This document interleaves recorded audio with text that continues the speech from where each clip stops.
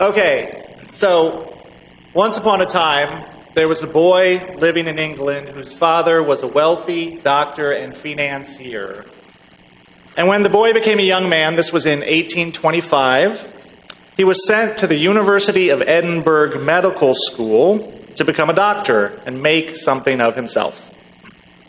Only the young man discovered at medical school that lectures are boring and surgery is horrifying. And so he spent his time instead doing the things that interested him the most, like collecting and dissecting and classifying plants and animals and insects, and arguing with his fellow students about hot new cutting-edge fields like geology. Studies that would at the time have fallen under the general category of natural history. He also liked to just generally goof off in the manner of young men since time immemorial. And in his day, this mostly meant hunting and drinking and singing, since the PlayStation 4 had not yet been invented. And so his father, much annoyed by his lack of success and drive as a medical student, sent him off to Christ's College, Cambridge, to become an Anglican parson, though in point of fact they were Unitarians. So the young man, whose name was Charles, by the way, had not much more success as a student at Christ's College, where the lectures were still boring. But he continued his hobby of collecting and classifying, becoming a good amateur naturalist in the process. And in particular, he got taken up with the popular craze at the time for collecting beetles. That's a parent's worst nightmare, isn't it? That the kid's going to go off to college and get caught up in entomology. It happens. It happens, even to good kids. So one day Charles was out on the quad busy not doing his homework, and he happened to spy an unfamiliar species of beetle sort of crawling up a tree. So excited by his find, he stopped to gather it in his right hand, and when he got closer to the tree, he saw that there was like a regular caravan of these beetles going up and down the trunk. So he grabbed another with his left hand, but there were still more beetles, and finding that he had run out of useful appendages, he did what any self-respecting coleopterologist, beetle guy, would do in this situation, which is to say, he put the beetles in his mouth for safekeeping so he could gather some more. Whereupon the beetles, much aggrieved and aggressed upon, sprayed a noxious blast of chemicals from their hind ends directly onto his tongue. So from these rather unpromising beginnings, this budding young naturalist would go on to teach us two things. First, that all life on Earth is descended from a single common ancestor through a gradual process of evolution over billions of years. And second, and this is most important, when placing an insect in one's mouth for safekeeping, take care to place it butt side facing out. So the young man was Charles Darwin, of course, the guy generally credited with the discovery of evolution through natural selection. The word evolution can be ambiguous, as it is commonly used to refer to two different things. First, evolution can refer to the facts of the history of life on Earth, that all present-day living things, you, me, algae, antelope, water bears, orchids, mosquitoes, smallpox, zucchini, badgers, mushrooms, all can be traced back through time to a single common ancestor, which we believe was basically like a leaky bag of cell bits that was powered by light. Evolution can also refer to the process by which all the magnificent variation we see around us sprang out of that single, simple ancestral organism. The most important component of that process, the one Darwin identified, I'm sure you know, is natural selection. Small changes caused by random mutations accumulating over time as they prove beneficial to an organism's survival or reproduction. Multiply those selected for changes by billions of years, and you can go from single-celled organisms like bacterium to multi-celled organisms like Alec Baldwin. It was Darwin's genius to identify both the fact of evolution, that it had happened, and the process of evolution, how it happened, and to painstakingly accumulate a massive body of evidence over decades of study spanning multiple fields of science and traveling all over the world in order to make his case convincing to the scientific community. He took so much time laying out his case that he almost got scooped by someone else and had to kind of rush it into print, where it was received rather well and found convincing. Today, 207 years after Darwin's birth, his vision of evolution in both meanings of the word is about as much established fact as anything in science can be. And the discovery and the scientific debate that we still have about evolution is all happening like out on the margins. Right? So we're constantly learning things that Darwin didn't know anything about. He didn't know anything about genetics, he didn't know anything about plate tectonics, or continental drift, or horizontal transfer of DNA, and all this stuff. But his insights remain the fundamental framework for our understanding of how life came to be and how life continues to be. So on a list of all-time great and influential thinkers, Darwin would surely have to be placed somewhere near the very top. So today, here at UUI, we celebrate Evolution Sunday, and it's also being celebrated in different churches and places of faith all around the country. This is a Sunday set aside every year near the anniversary of Darwin's birth, February 12th, 1809, where churches and other places of worship are urged to reflect on the need for dialogue between science and religion, and in particular to emphasize the compatibility of the teachings of evolution with religion. And the necessity for this project grows out of the sort of peculiar hostility the theory of evolution fosters among some religious groups here in the United States, and it is rather peculiar to the United States, leading to numerous efforts to block the teaching of evolution in public schools.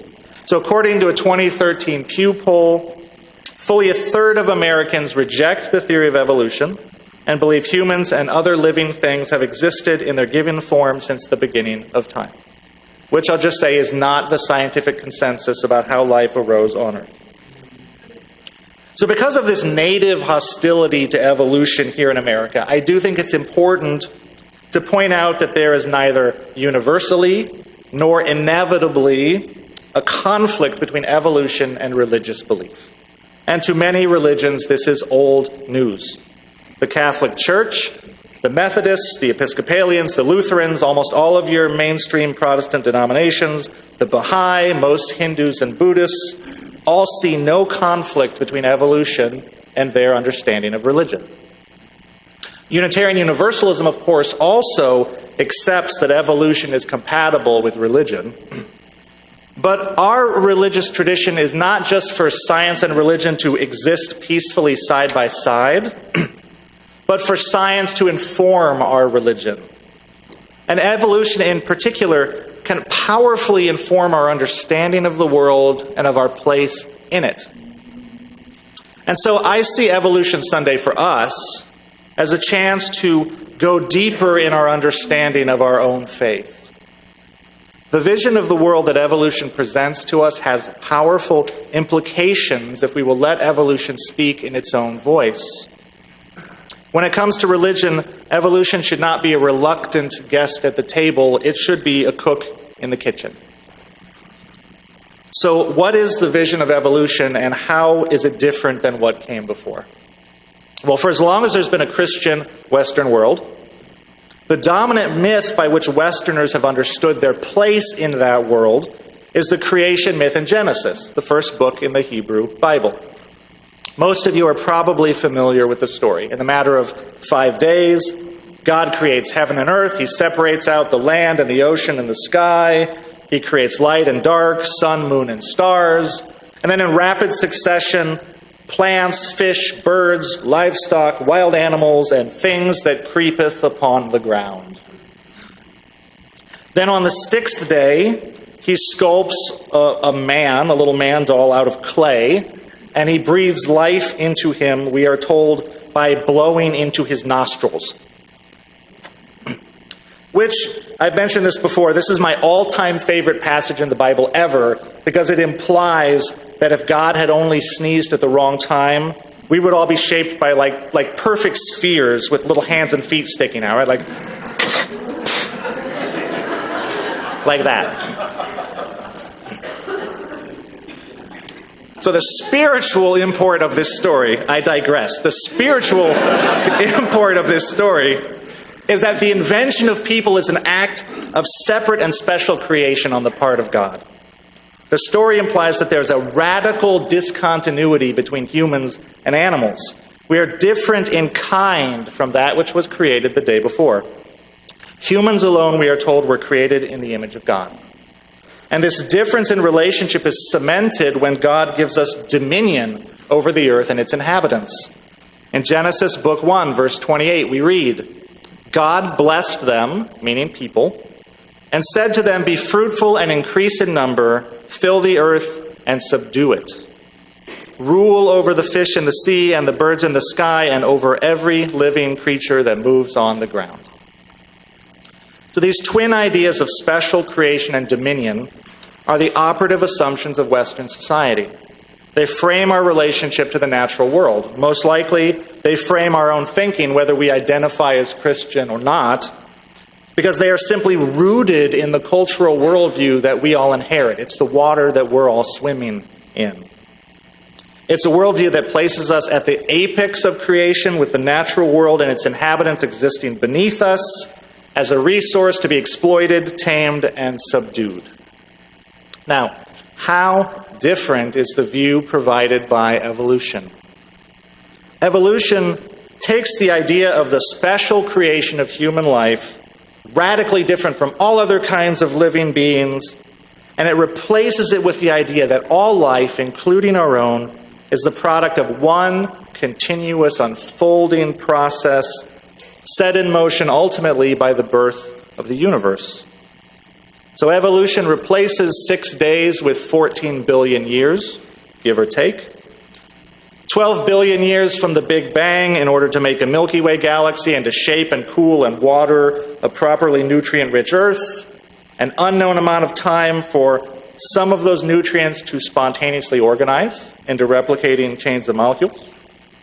And then another 2 billion years, give or take, for those replicating molecules to organize into living cells, and then for those living cells to diversify into all the life that we see around us. Charles Darwin surmised, and science tends to confirm his view, that all things alive today are the descendants of one ancestral organism.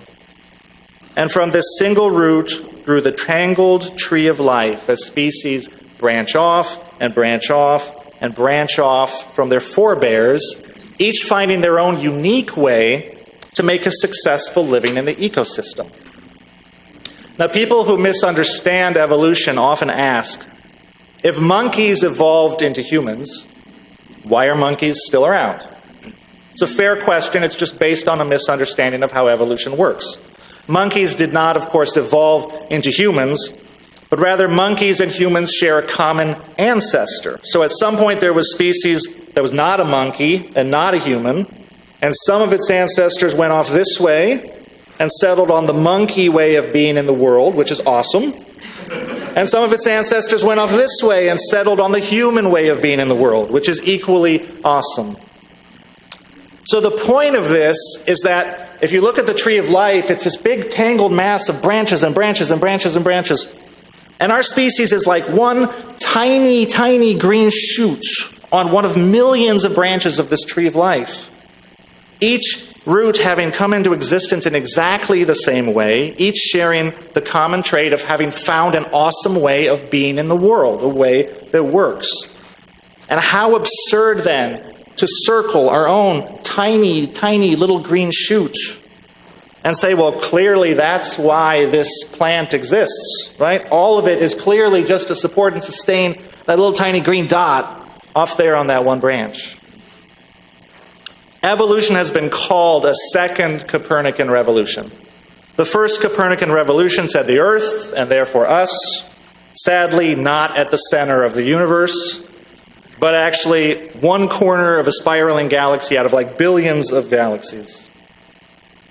Evolution, the second Copernican revolution, says, alas, We are also not at the center of the biosphere. We are not a special act of creation around which all other living things revolve. We are not above other living things. We are not different in kind from other living things. We are not the capstone of God's week-long bioengineering project. Compared to the myth of special creation, evolution proposes a radical decentering of the story, of the human story in the overall story of life. A radical decentering. We are one species among millions, all created by the same unthinking process. Neither more nor less likely to be, neither more nor less chosen, neither more nor less destined to a bright future. Evolution tells us, in the words of UU minister Forrest Church, that we come from a common source and we share a common destiny, all living things. Now, back up a step. You can certainly believe in evolution and still believe in a creator God. Some 30% of Americans who believe in evolution also believe that the process was set in motion by a divine being, or is somehow inspired by a divine being, or guided and helped along by a divine being. And that's fine. It's important to understand that scientifically speaking, the theory of evolution does not require that. The theory of evolution says if you take random mutation plus natural selection plus enough time, that alone will explain all the living diversity that we see. But the theory of evolution is not in any way incompatible with the existence of a helper God. So you can believe in evolution and believe in God, and it's fine. It works.